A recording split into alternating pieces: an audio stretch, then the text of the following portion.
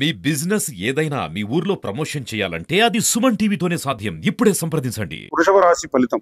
కృత్తిక ఈ ఊఏ 2, 3, 4 పాదాలు. రోహిణి ఓవావివు 1, 2, 3, 4 పాదాలు. మృగశిర వేవో 2 పాదాలు. గురువు మేషరాశిలో ద్వాదశ స్థానంలో సంచారం వలన అన్ని రంగాల వారికి మధ్యమంగా, యువకులకు వివాహాది శుభకార్యాలకు ఆటంకాలు ఏర్పడుతున్నాయి. ఏదో విఘ్నాలు కలుగుతాయి అన్నమాట. విద్యార్థులకు కృషి అవసరం, ప్రయత్నాలు చేయాలి, చక్కగా చదువుకోవాలి. ఉన్నత విద్యలందు దేశ విదేశ ప్రయాణాలందు ఆటంకాలు సంభవించే సూచనలు కనిపిస్తున్నాయి.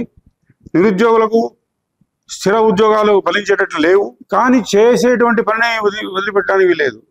గృహప్రాప్తి, ఆర్థిక ఇబ్బందులకు, ప్రాణం గల వస్తువులను అమ్ముట కలుగుతుంది.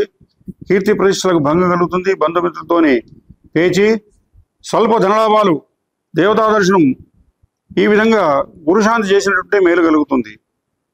వీళ్ళకు నచ్చినటువంటి వారం గురువారం కానీ ఉపవాసాలు, గురుశాంతి చేస్తే మేలు కలుగుతాయి.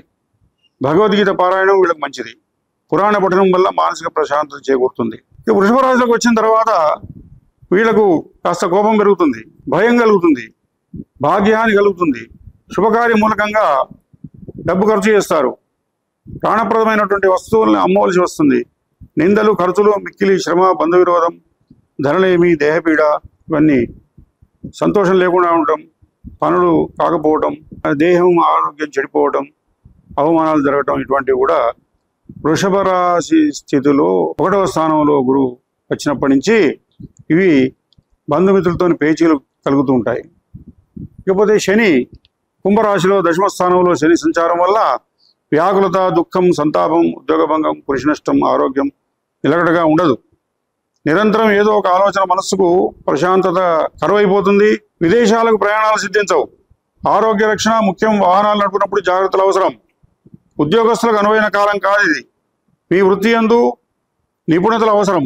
ప్రమోషన్లు, ఇంక్రిమెంట్లు ఆలస్యం, స్థానచలన కలుగుట, మీ కార్యాలు మీరు దైవచింతనచే నెరవేర్స్తే శుభం కలుగుతుంది. వ్యవసాయదారులకు మొదటి పంటలు అనుకూలిస్తాయి. శని ప్రీతికి శని జపం, శని శాంతి దానాలు చేస్తే కొంత ఉపశమనం కలిగి శుభకార్యాలు సిద్ధిస్తాయి. ఇకపోతే ఉగాది నుంచి మీన రాశిలో రాహు, కన్యా రాశిలో కేతు. వృషభ రాశి వాళ్లకు 11వ స్థానంలో రాహు, 5వ స్థానంలో కేతు. వృథా ప్రయాణాలు కలుగుతుంటాయి. కొడుకులతో కొట్లాట, వేళకు భోజనం చేయకపోవడం. ఈ గ్రహాలు స్థానాలు బాగా లేనప్పుడు శాంతి చేసుకోవాలి. సహస్రలింగార్చన కానీ, మహాన్యాస రుద్రాభిషేకాలు కానీ, వేదపారాయణాలు కానీ, విష్ణు సహస్రనామాలు కానీ, మరి శివ సహస్రనామాలు కానీ, లలితాపారాయణాలు కానీ, ఇవన్నీ చేస్తే శని బాధలు, కేతు బాధలు తగ్గుతాయి. భగవద్గీత 2 శ్లోకాలు అర్థతాత్పర్యాలు చదివిన లాభం కలుగుతుంది. సత్యనారాయణ వ్రతం, అన్నదానం, సాలగ్రామ పూజ, తీర్థసేవనం, గురువుల దర్శనం వలన, పెద్దల సేవ వలన అన్ని గ్రహాలు అనుకూల శుభ ఫలితాలు ఇస్తాయి.